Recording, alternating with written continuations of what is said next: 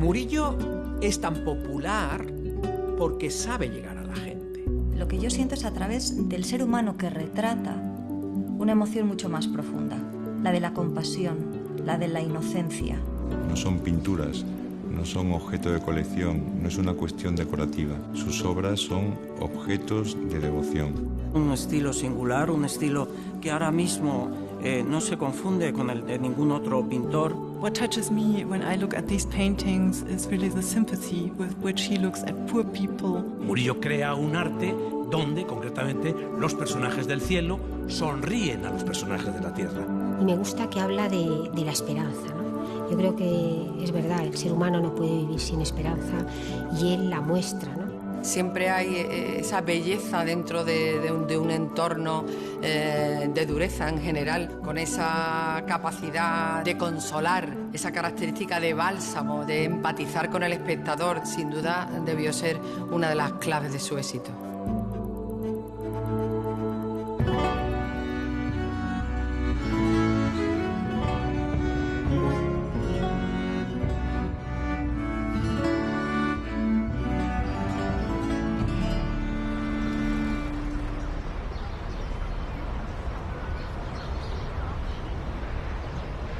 La Sevilla de 1617, cuando nace Murillo, es una ciudad que todavía vive el impacto de lo que ha supuesto llegar a las Indias, se ha convertido en cabecera de Indias y por lo tanto es la capital económica de la monarquía. Es, en palabras de algún autor de la época, una Babilonia del siglo XVII.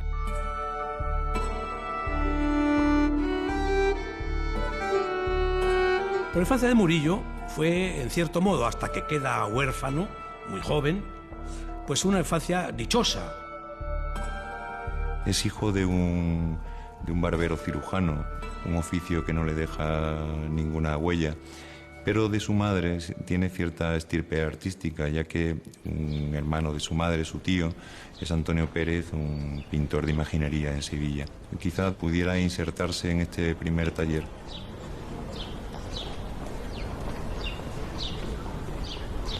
Empezó a pintar por la sencilla razón de que le ponen de maestro a Juan del Castillo. Juan del Castillo era de la familia, era en cierto modo tío político de Murillo. Y en aquella época basta que alguien de la familia tuviese un oficio para que a un niño que empieza se le coloca con él. Y es un artista, Juan del Castillo, con el que él comienza a trabajar y sobre todo a aprender el dibujo, el arte del dibujo.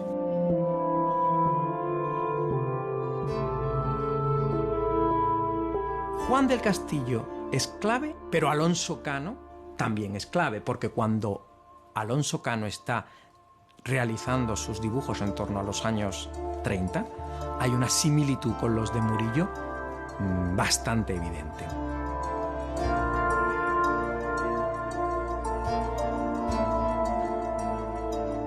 Alonso Cano se va rápidamente, se va muy pronto a Madrid y queda, digamos, el mercado sevillano bajo el liderazgo de Zurbarán.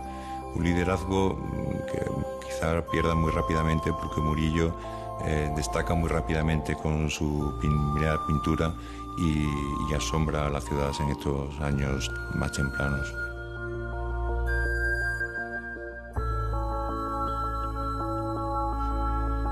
El Mariscal Soult, que termina convirtiéndose, en fin, en personaje importante del ejército napoleónico después de la batalla de Bailén, va a someter, como en general, todas las tropas napoleónicas a un saqueo sistemático muy importante del patrimonio histórico español. Soult se llevará un importante número de cuadros, lo mismo que ocurrirá con otros militares franceses o con el propio rey José.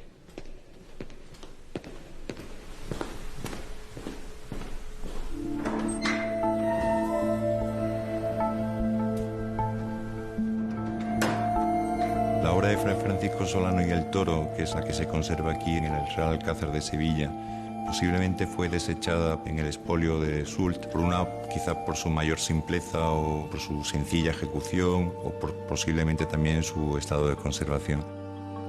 No es un cuadro popular ni es un cuadro conocido. Ahora bien, es un tesorillo, es un testimonio de lo poquísimo que nos ha quedado de lo que el artista realizó en esta primera época suya aquí en la ciudad de Sevilla. Para la carrera de Murillo, el encargo de las pinturas del claustro chico supone un antes y un después. De alguna forma, el artista se da a conocer públicamente. Ya había pintado antes, pero se da a conocer con este conjunto. Esas 12 pinturas deben de impactar en la ciudad y se posiciona ya con un cierto liderazgo y fortaleza. Comienza a organizar, por otra parte, su taller con sus primeros aprendices documentados. Este encargo que se le encomendó hacia 1644 fue trascendental para su carrera, porque pasó de ser un artista de rango secundario a un artista de primera categoría. Desde entonces ya fue un artista considerado como una figura local, sobre todo desde el punto de vista de lo popular, introducir aspectos de la vida popular en la pintura religiosa. Hay una que realmente es muy hermosa, que está actualmente en la Academia de San Fernando de Madrid, que es San Diego de Alcalá repartiendo lo que podíamos llamar la sopa boba, la comida que había sobrado todos los días en el refectorio de los frailes. Son personajes reales, sacados de la existencia diaria de Sevilla, que de repente aparecen en la pintura. Entonces la gente se reconoce en esas pinturas y dice: hombre, si ese es Juanillo, el que pide limosna delante de la colegiata. Ah, anda, pues es Andresito. Andresito es el mendigo que está en el Hospital de la Caridad, etc. Es decir, son personajes populares de la vida sencilla y humilde, de la vida menesterosa de Sevilla, que aparecen como en salmo, protagonistas de las pinturas del artista. Que son personajes absolutamente normales, corrientes, con los que la gente se puede identificar y donde la gracia, el humor, es algo muy importante.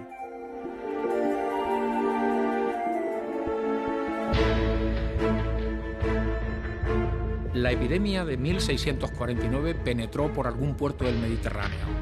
Valencia, quizá Cartagena, procedente de algún barco que viene contagiado en el Mediterráneo. Las ratas son el elemento transmisor más importante. Las crónicas que describen esos meses de abril a julio de 1649 en Sevilla son estremecedoras. Prácticamente desapareció la mitad de la población sevillana, que en esos momentos podía ser de 120.000 habitantes, y se quedó en la mitad. Familias enteras desaparecieron. Se contagiaba uno, se contagiaban todos los demás. Y naturalmente, pues al perder la mitad de la población, pierde la ciudad la mitad de sus recursos, la mitad de su capacidad creativa y la mitad de sus actividades productivas. Se abrieron lo que se denominaba carneros, es decir, lugares donde se echa la carne. No da tiempo a enterrar de una manera sacra a la gran cantidad de muertos que hay.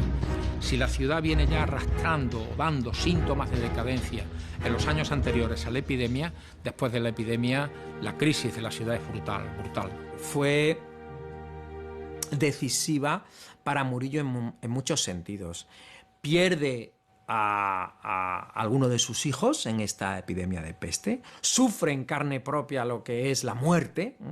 La pintura de Murillo no es otra cosa más que desdramatizar todos esos tiempos dificilísimos que se estaban viviendo y crear unas imágenes amables, dulces, que consuelan, que son bálsamo para una ciudad, sobre todo las clases populares que viven con las carnes abiertas de dolor, de sufrimiento, de tristeza, de hambre y de enfermedad.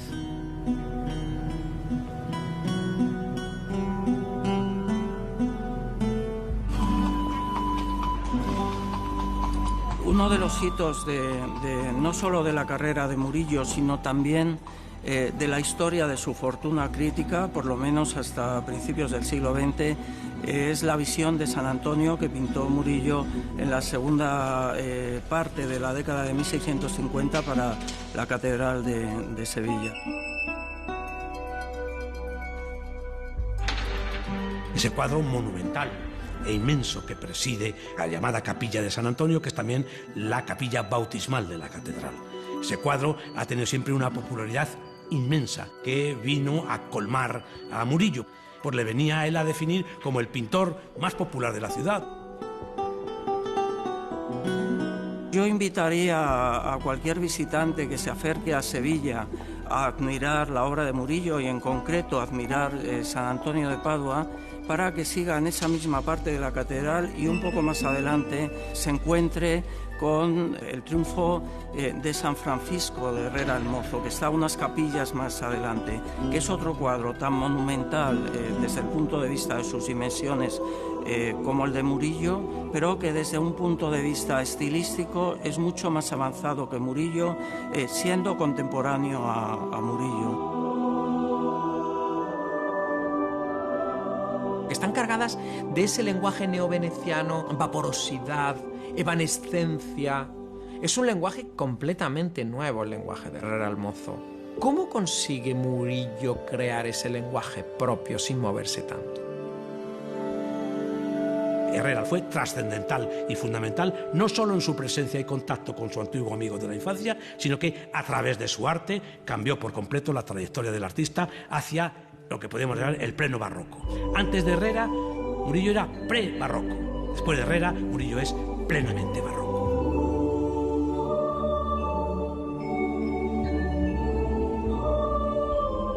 Quizá en el barroco es el momento en el que la disposición donde las obras de arte son colocadas, pensando siempre en el espectador, pensando siempre en que llegue un mensaje. Es un momento de la historia del arte en el que las obras de arte son fundamentales para dirigir, para lanzar un mensaje, para adoctrinar.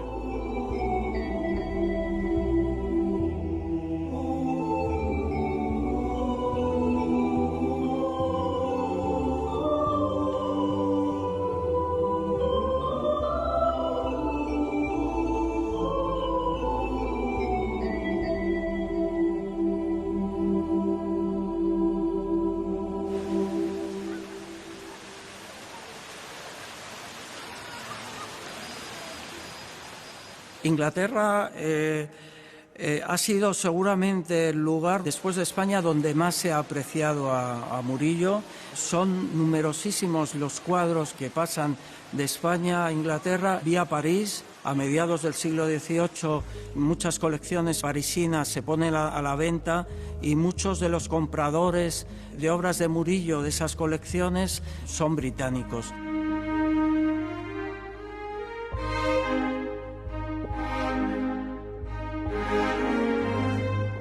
Son escenas las que acaban en las colecciones británicas más bien de carácter dulce, de carácter que no ofende una sensibilidad protestante. Además se aprecian mucho las obras de género, es decir, aquellas obras que tratan la vida diaria.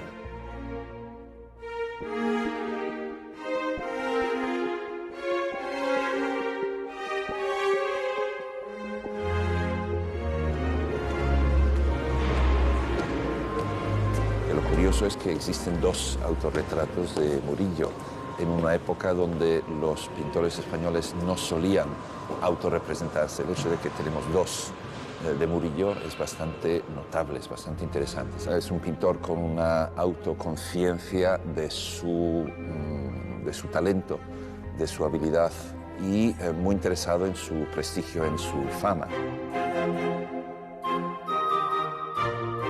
El primer autorretrato que tenemos, que es el de la Frick Collection, cuando el autor tendrá pues, en torno a los 35-40 años máximo, donde lo vemos ya autorrepresentarse pues, al interior de una especie de monumento en piedra. La piedra es duradera, esto está en relación con la fama. En el segundo autorretrato que tenemos, que viene ya de una época bastante posterior, cuando la fama del pintor está ya muy bien establecida, creo que quiere desarrollar más el tema de la actividad del pintor y dónde se quiere situar, decimos, en el panorama de los creadores de su tiempo.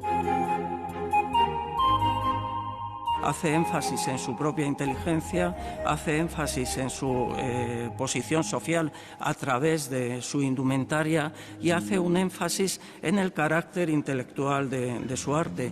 No hay más que ver sus autorretratos para ver que es un hombre bueno, un hombre sencillo, un hombre afable, que al parecer, naturalmente, por lo que pinta, debió de serlo, porque él no entiende formas bruscas, él no entiende formas dramáticas, que fue un hombre nada conflictivo, sino un hombre temperamentalmente agradable y sereno, como le han mencionado sus antiguos biógrafos.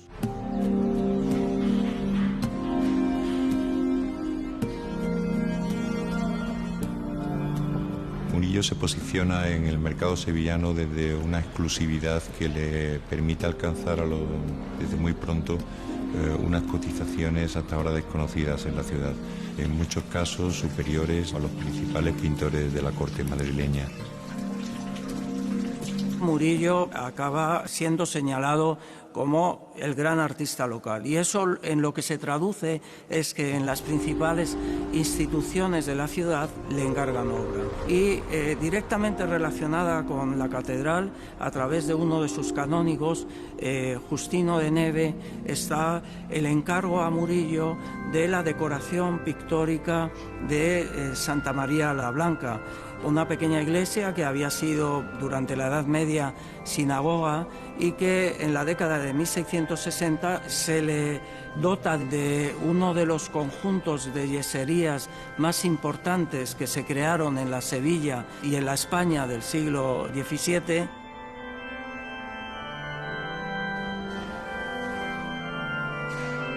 Pues aquí estamos ante uno de los cuadros de la etapa tenebrista más interesantes de Murillo. De hecho, es uno de los pocos que se conserva en la ciudad de Sevilla. Como veis, representa la Santa Cena, que es especial por muchos motivos. Por ser el único que se conserva en Santa María la Blanca, pero también por ser probablemente donde esté incluido uno de los primeros autorretratos de Murillo. ¿Podéis descubrir cuál es?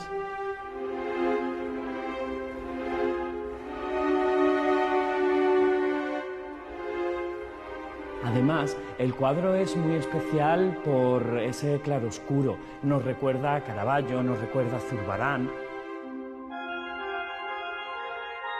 Murillo se esfuerza por la personalidad que está detrás de esta decoración, que es Justino de Neve. Justino de Neve es un personaje muy interesante dentro de su carrera porque es una relación que es a la vez artística y amistosa.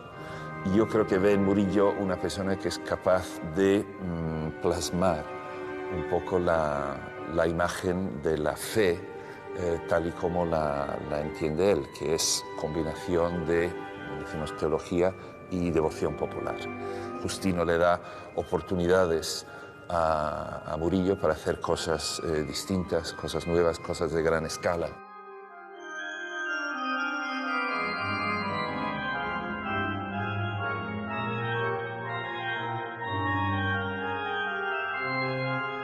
Todo lo que tiene que ver con Justino de Neve son cimas dentro del arte de Murillo. Entre ellas, fundamentalmente, la decoración de Santa María la Blanca, de la que aquí en el museo quedan dos obras, dos medios puntos, dos obras que han sido fundamentales a la hora de establecer la fama de Murillo.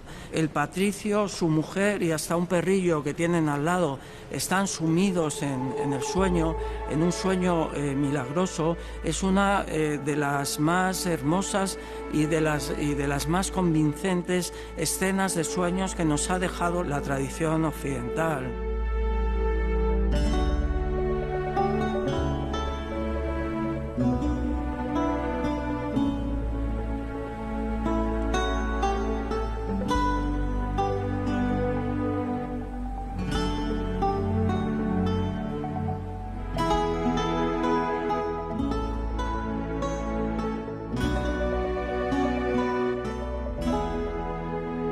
Una de las cosas que más nos hablan de la personalidad de alguien es su grafía, y lo más parecido a la grafía sería el dibujo. Y vemos a una persona con carácter, que tiene una capacidad de dibujo enérgico, decidido, apasionado. Tiene una personalidad fuerte, fuerte. Es decir, estar en su estudio debía de ser para los que trabajaban con él, tenían que obedecer lo que dijera el maestro. Tanto El Buen Pastor como La Inmaculada son dos joyas del dibujo de Murillo en el Museo del Prado y además del dibujo de Murillo en cualquier sitio, porque como sucede con los artistas españoles, son pocos los ejemplos que han quedado de ellos, ¿no? La Inmaculada es un dibujo excepcional, tiene una fuerza expresiva inmensa. En el trazo de la pluma es algo excepcional, está en movimiento toda la figura, es decir, está representando a la Inmaculada que está ascendiendo allí, que está en el cielo y por lo tanto se mueve. Y ese movimiento lo transmite a través del zigzag de la pluma muy fuerte, ¿no? El Buen Pastor tenía la vara en la que se apoya, no como está ahora, sino que la tenía por detrás y erguida, agarrándose a ella con la mano, agarrándola con la mano izquierda. Para mí el cambio más interesante respecto al cuadro es que el niño del dibujo llevaba un gorrito puntiagudo como de pastorcillo de la época y que era como demasiado vulgar, ¿no? En cierto sentido. Y eso se lo quita, ¿no? Y hace ahora un niño con un pelo que le rodea la cabeza y enormemente luminoso y mirando al espectador totalmente. Es decir, es un cambio fundamental en una composición, con lo cual eso todavía me indicaba más que seguramente había estado ya en Madrid y que había visto ya el cuadro de las Meninas de Velázquez.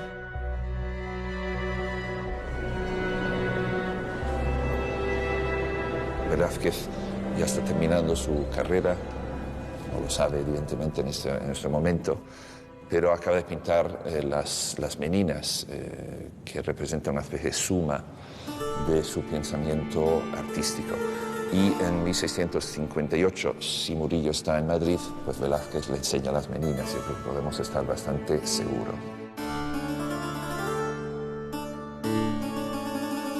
Velázquez era el gran ejemplo vivo que había en España de hasta qué punto un pintor, por mor de su propio arte, podía ascender en la escala social y podía verse reconocido. Yo creo que hay que hablar de la influencia velazqueña sobre Murillo en términos de ejemplo de artistas más que en términos estilísticos.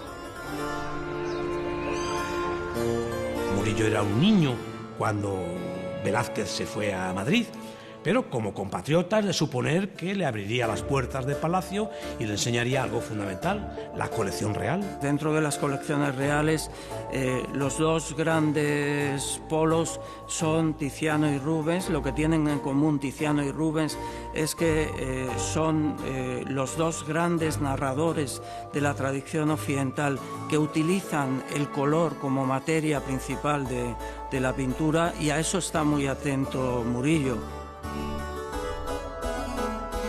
La estancia de 6 meses de Murillo en Madrid fue absolutamente fundamental. Transformó por completo sus conocimientos, su técnica, su percepción del arte, y vino a elevarle todavía un escalón más a todo lo que ya había subido y ascendido en su trayectoria anterior sevillana. El Velázquez que le interesa a Murillo es el Velázquez juvenil. Estoy hablando del Velázquez de la vieja friendo huevos, estoy hablando del Velázquez del aguador de Sevilla. Ese naturalismo es el que le interesa a Murillo.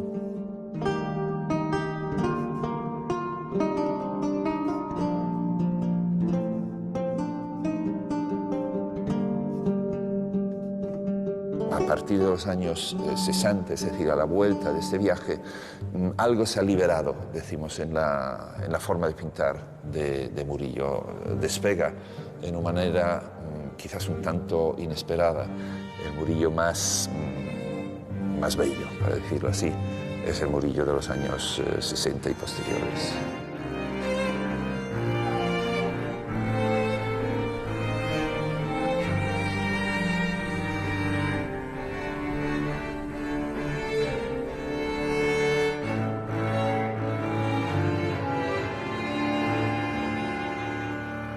El 1 de enero de 1664 fallece la mujer de Murillo, Beatriz de Cabrera, con la que en esos momentos compartía 4 hijos.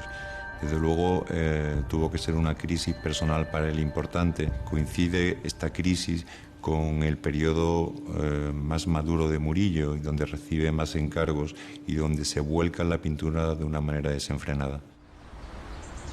Miguel Mañara era un aristócrata no muy agraciado físicamente, que, según él confesó realmente por escrito, él había sido pecador en su juventud, de lo cual en su madurez, sobre todo ante un momento que le debió sobrecoger, que fue el fallecimiento de su esposa, queda viudo y toma la determinación de que ni el poder, ni la gloria, ni el dinero, ni de su condición aristocrática valían para nada.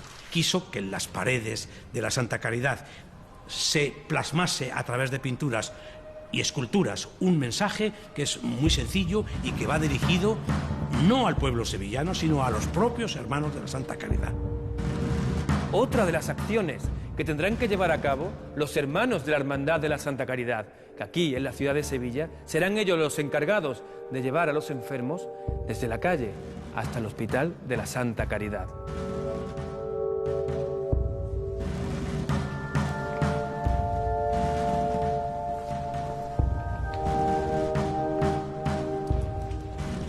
Y ante nuestros ojos tenemos a Santa Isabel de Hungría curando a los tiñosos. La enfermedad, la pobreza, la vejez, la enfermedad de nuevo es fea. Sin embargo, la santidad y su séquito de damas son hermosas. Esa dicotomía entre lo bueno bello y lo malo feo es muy recurrente en el barroco para captar nuestra atención.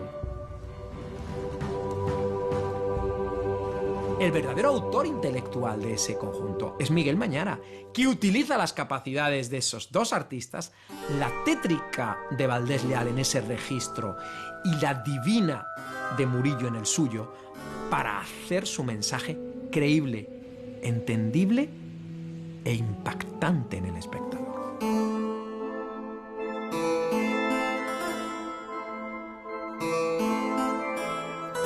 Uno no entendería el mensaje de la caridad si no entra por ese atrio y no ve esos panegíricos de inicto oculi y finis gloriae mundi. Si tú no reflexionas sobre el pudridero, si tú no reflexionas sobre el final de la vida, si tú no reflexionas sobre que te vas a convertir en huesos y en gusanos, si tú no reflexionas en eso, eres incapaz de entender lo importante que son las obras de salvación que están representadas en la nave de la Iglesia.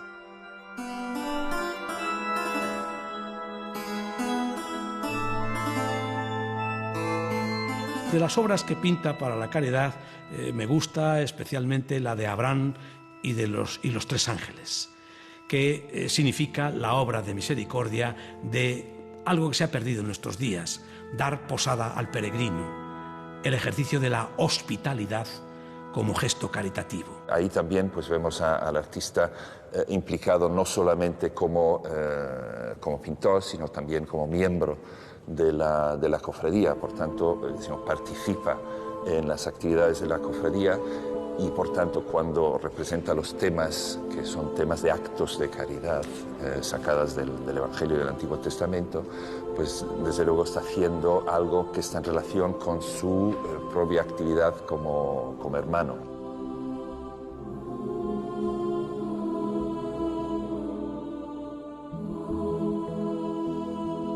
Murillo en la caridad es también un gran compositor, un gran director de escena que sabe distribuir perfectamente a esas multitudes en un paisaje. Goya hará lo mismo como 140 años después en Cádiz, en el oratorio de la Santa Cueva, y después de haber pasado por Sevilla y de haber visto las obras del Hospital de la Caridad.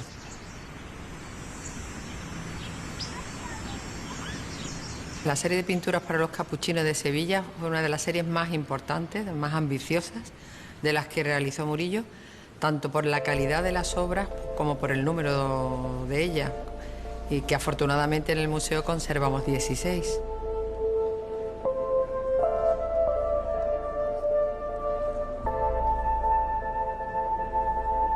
Se trata de unas obras del periodo de madurez artística del pintor, donde ya podemos comprobar gran parte de las claves de su éxito. Con una pintura mucho más vaporosa, más diluida, donde las figuras se funden con los fondos y nos va anticipando estética del siglo venidero.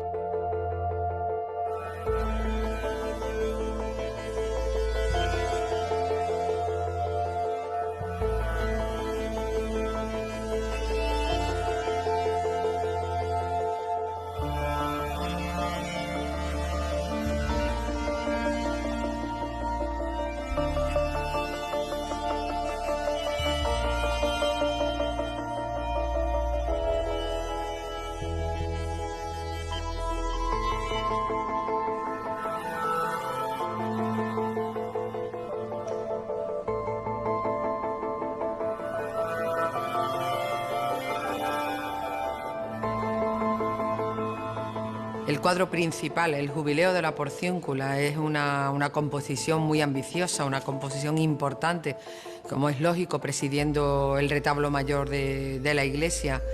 Una composición además en la que se ve otra de las características de Murillo, que decidía elementos como la ubicación de la pintura, la iluminación que iba a recibir, o sea, todo estaba pensado a la hora de decidir la composición.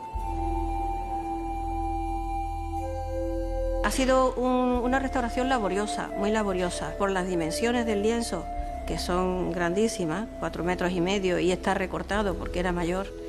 Pues claro, se multiplican los daños, ¿no?, que tenía. Entonces es muy bonito descubrir en Murillo cómo hacía y deshacía, con plena libertad y con una maestría que él, si se equivocaba o pensaba que esa composición no estaba bien o no le gustaba, simplemente borraba con el mismo color y pintaba encima. Esas cosas las vemos nosotros en la radiografía y en las texturas maravillosas que luego conseguía con eso. Teniendo en cuenta que pasó la invasión francesa y que pasó luego la desamortización y que fueron cortados y desprendidos de sus bastidores y transportados y enrollados y tuvieron una vida muy dura, pero gracias a que la técnica que empleaban en el siglo XVII era tan maravillosa, se conservan bastante bien, a pesar de que, claro, tienen daños, por supuesto.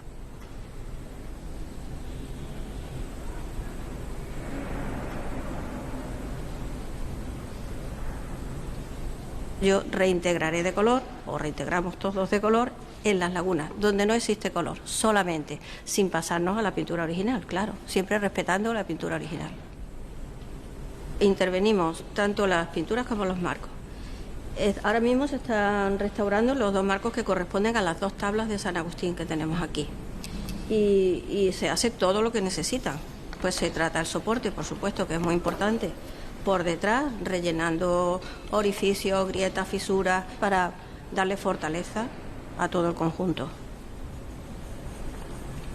El cuadro más conocido de los que pintó para los capuchinos, el más famoso, que además es el cuadro más copiado del Museo de Bellas Artes, es uno de los más pequeños de todos.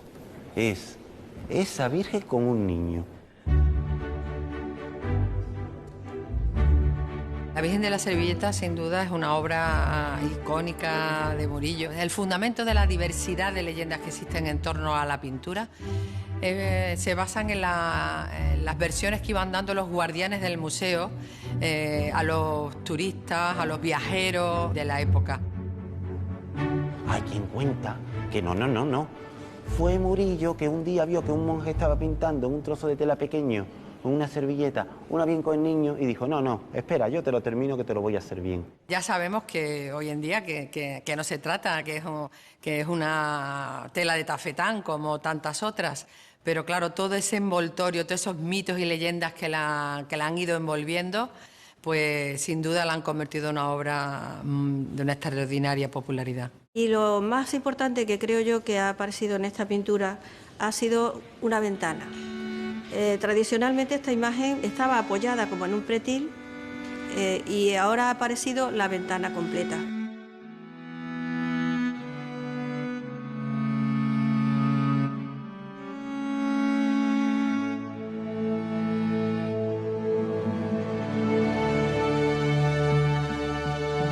El cuadro de Santo Tomás de Villanueva es un cuadro que reúne muchos elementos, como una síntesis de lo que era el lenguaje artístico de Murillo.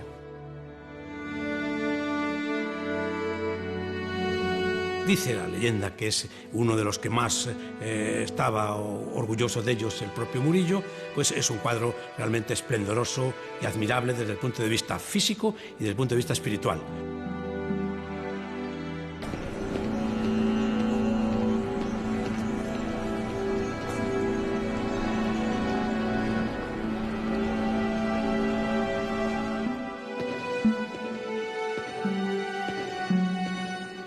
El primer cuadro conservado de Murillo es la entrega del Rosario de la Virgen a Santo Domingo y se encuentra en el Palacio Arzobispal de esta ciudad de Sevilla, procedente del Colegio de los Dominicos de Santo Tomás.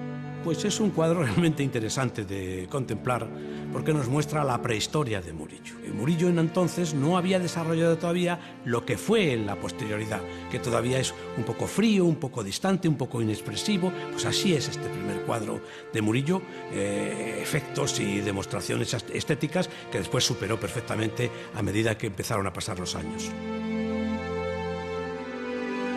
Las diferencias son muy notables. Han pasado 30 años y en esos 30 años Murillo ha madurado de una manera excepcional. Primero, compone, es decir, configura sus cuadros con mucho más soltura. Segundo, dibuja cada vez mejor. Y tercero, el colorido ya no es ese colorido duro y apretado de sus inicios, sino es un colorido más ligero, más vaporoso, más tenue y con matices más sutiles y más exquisitos.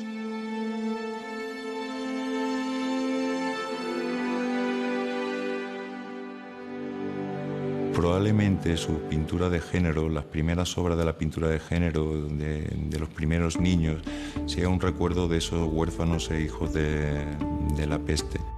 Se da cuenta de que estos niños son significativos de un espíritu muy propio de la época.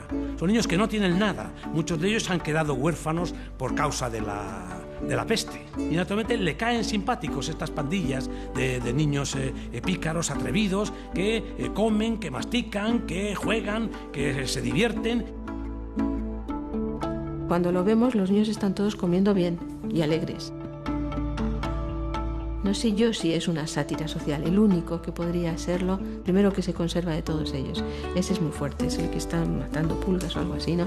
Ese niño es para mí el cuadro mejor de Murillo.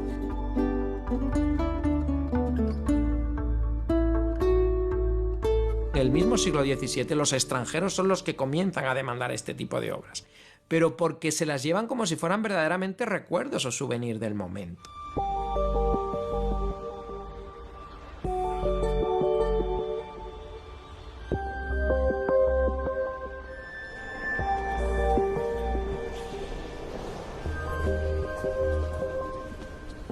People always adored these paintings because something must be in them which touches their heart in an archetypal way, I think.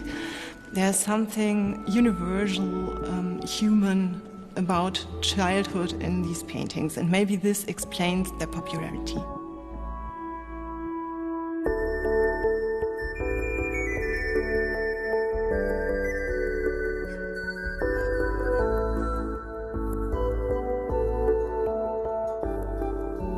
You have gambling people among painters in paintings by Cabaretesque painters. There you also see grown-ups cheating at each other. They are not moral people. And now Murillo is painting a gambling scene with little boys who really, and one even is cheating. He's hiding something behind his back. But they are still nice to look at. They look innocent in a way.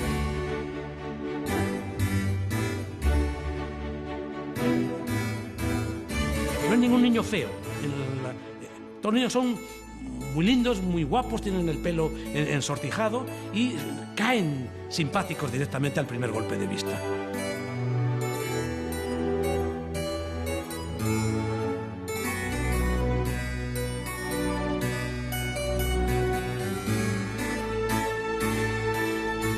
Él los escoge, naturalmente, y crea este mundo en que no hay otra cosa más que homenaje a Murillo, a esta pequeña clase y mínima clase social que vive inteligentemente merced a su propio talento.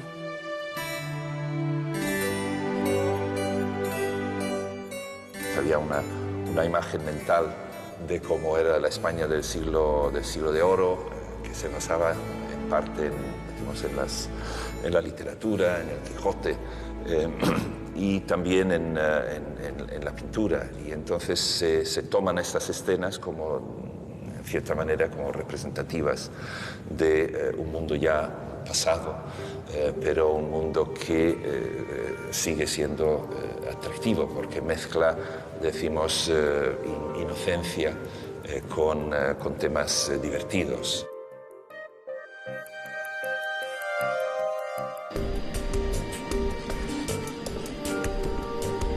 Sus pinturas de niños de la calle podrían haber sido hechas ahora, ¿no? Y sí que me recuerdan a muchas de las fotos que he hecho, que estoy haciendo y que hacen muchos compañeros. De hecho, pensando en él estos días, yo pensaba que a lo mejor si él hubiera nacido en el siglo XIX o XXI, él hubiera sido fotógrafo, ¿no? Sí que me recuerdan y hablan de lo que es la infancia. Realmente la infancia es ese momento, ¿no?, maravilloso, ¿no? Los niños sueñan, ¿no? Los niños en el momento de más dolor y de más dureza son capaces de sonreír, son capaces de jugar, tienen esa capacidad maravillosa que yo creo que los adultos a veces vamos perdiendo, ¿no? Para retratar tienes que tener y tienes que amar. Si tú no amas, esa empatía no se transmite, ¿no? Y yo creo que el hecho de retratar también es un acto de muchísima generosidad. La persona que tú estás retratando te lo está dando todo, ¿no? Y si no hay ese amor, de verdad que no funciona.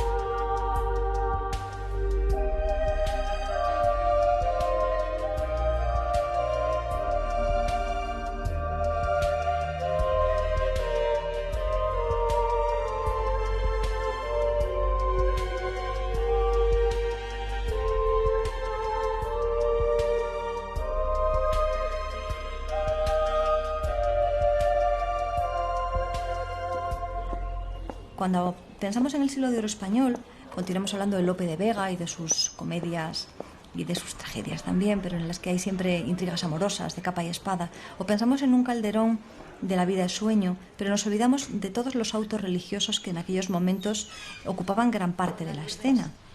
¿Un café con leche me pones, por favor? Nos olvidamos de que había poesía, desde la poesía más popular hasta los sonetos más cultos, dirigidos precisamente a santos, a devociones particulares, a devociones generales. Y Murillo lo que hace es trasladar las imágenes y la simbología que corre en todos estos poemas, algunos de ellos muy densos y muy ricos, y los convierte en parte del cuadro.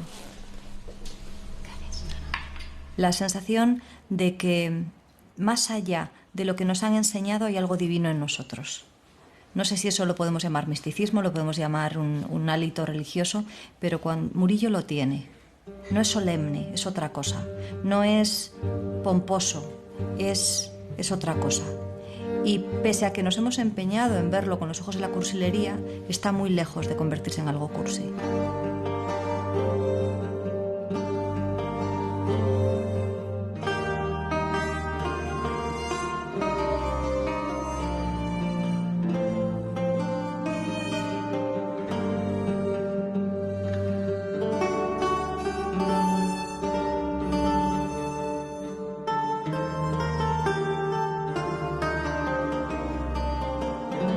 Murillo es un pintor muy valorado en la segunda mitad del siglo XVIII.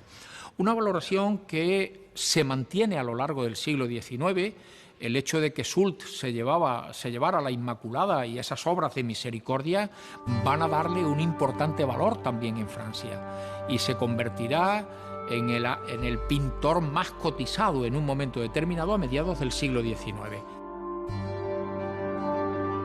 La Inmaculada de los Venerables es una obra importante en sí misma, pero como ocurre con todas estas obras, su importancia muchas veces no tiene solo que ver con sus virtudes intrínsecas, sino que tiene que ver con su historia, con la historia de su aprecio. La familia de Soult terminará vendiendo la Inmaculada al Museo del Louvre por una cifra extraordinaria, más de 600.000 francos de la época.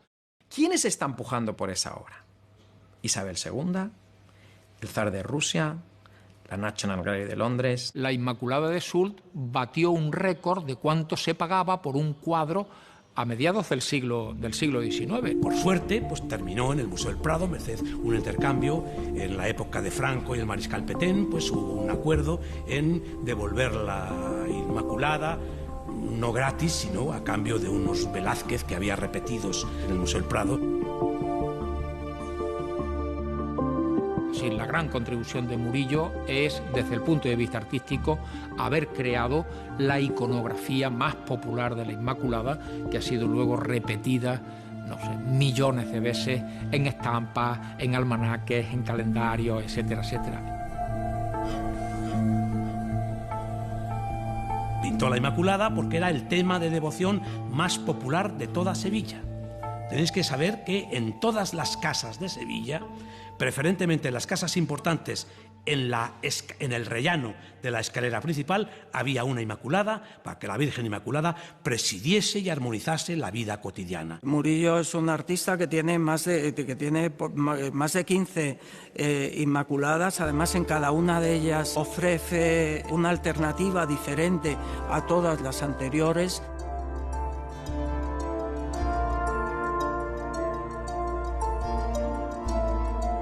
Las Inmaculadas de Murillo ondulan en el espacio, su cuerpo se mueve, sus ojos suben hacia lo alto, sus brazos se cruzan junto al pecho. Es decir, ese concepto de máxima pureza es el que Murillo sabe captar como nadie en la historia, no solo sevillana, sino en la historia general del arte.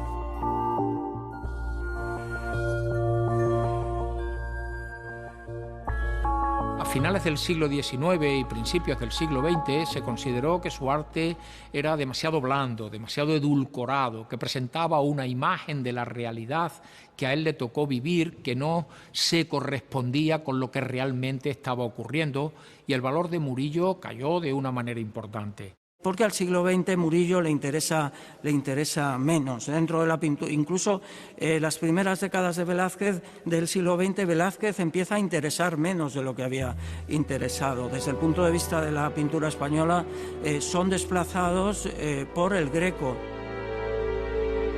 And El Greco became the new idol of contemporary painters at the beginning of the 20th century, especially in Germany. El Greco didn't respect any academic rules, that he did his own rules, invented his own rules. So that was something like that.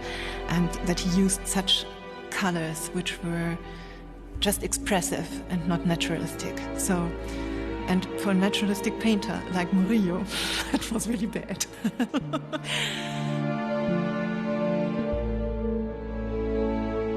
Las vanguardias que reivindican al Greco, que reivindican a Zurbarán, hacen que Murillo deje de interesar, porque era un artista que el mensaje ya no funcionaba con la contemporaneidad. Oleadas de nuevos críticos, por ejemplo, descubren en 1905 a partir de Picasso el cubismo y descubren que Zurbarán, con su volumetría sólida, potente y volumétrica, es un exponente de lo que ahora ellos entendían como modernidad y que sin embargo Murillo era una antiguaya solo propicio para viejecitas piadosas que rezan el rosario a oscuras en las iglesias del atardecer sevillano.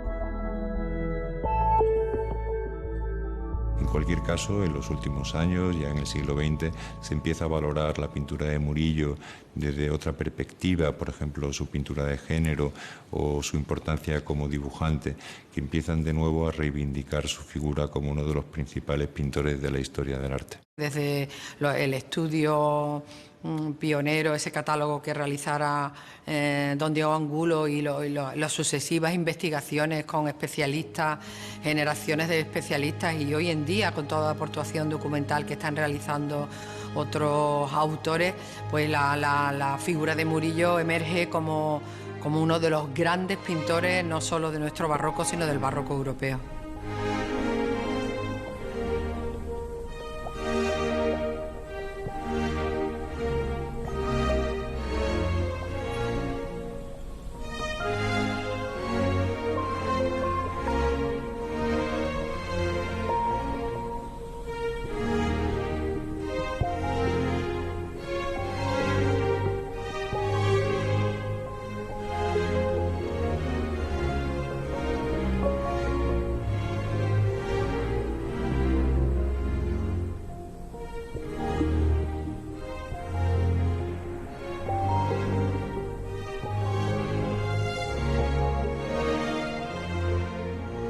Creo que Murillo sufre los últimos años de su vida un tipo de dolencia motora que le provocó un accidente mortal. En un documento que existe, el último documento que él firma, que es un contrato de arrendamiento de la casa donde murió, se observa claramente que en su firma hay un temblor, hay un cambio de su manera de firmar. Esa dolencia motora también se observa en un dibujo que realizó para el último encargo de los capuchinos gaditanos, un dibujo ejecutado de manera muy nerviosa. Ese dibujo apenas existe, es decir, por un lado emborrona zonas del papel, ¿no? Cosa que indica que le tiembla la mano, que no controla totalmente la mano, ¿no? Hay una leyenda que es absolutamente falsa. Murillo no murió en Cádiz pintando el retablo de los capuchinos. Los retablos nunca se pintaban in situ. Los retablos se pintan en el taller de los artistas y después se transportan a los lugares donde tienen que colocarse. Hoy lo que sabemos es que Murillo, a comienzos de 1682, 1681, 1682, está trabajando en Sevilla y que muere en abril de ese año. Tiene un traspiés en ese andamio que no sería muy alto, el andamio sería a lo mejor de 2 metros, 3 metros de alto, pero era para llegar a la parte alta del cuadro, que tienen 4 metros, o sea que pensemos que son 2,5 metros el andamio, pero se cae, es un hombre ya de avanzada edad, se le derrama una hernia, ya no se recupera. La muerte de Murillo fue una muerte sorpresiva, desde luego, y posiblemente provocara una sorpresa en la ciudad. Sevilla despide a lo que había sido pues un hombre popular y un hombre querido, admirado por los de arriba y por los de abajo. Pocos artistas han conseguido llegar y empatizar tanto con un público determinado como Murillo. Y esto es algo que pocas veces se destaca. Murillo really invented a kind of human devotional picture which really became so popular that at the end people didn't see that he was really an innovative artist in doing this. Yo creo que Murillo supo amar, amaba al ser humano, era capaz de sentir el sufrimiento del ser humano, pero también de sentir la alegría, ¿no? Para mí Murillo es especial dentro de los grandes genios de la pintura de esa época por la mirada humana, por una mirada que se fija además en quien es más débil, en quien en aquel momento no atraía la atención más que para recibir limosna, patadas o ser explotado.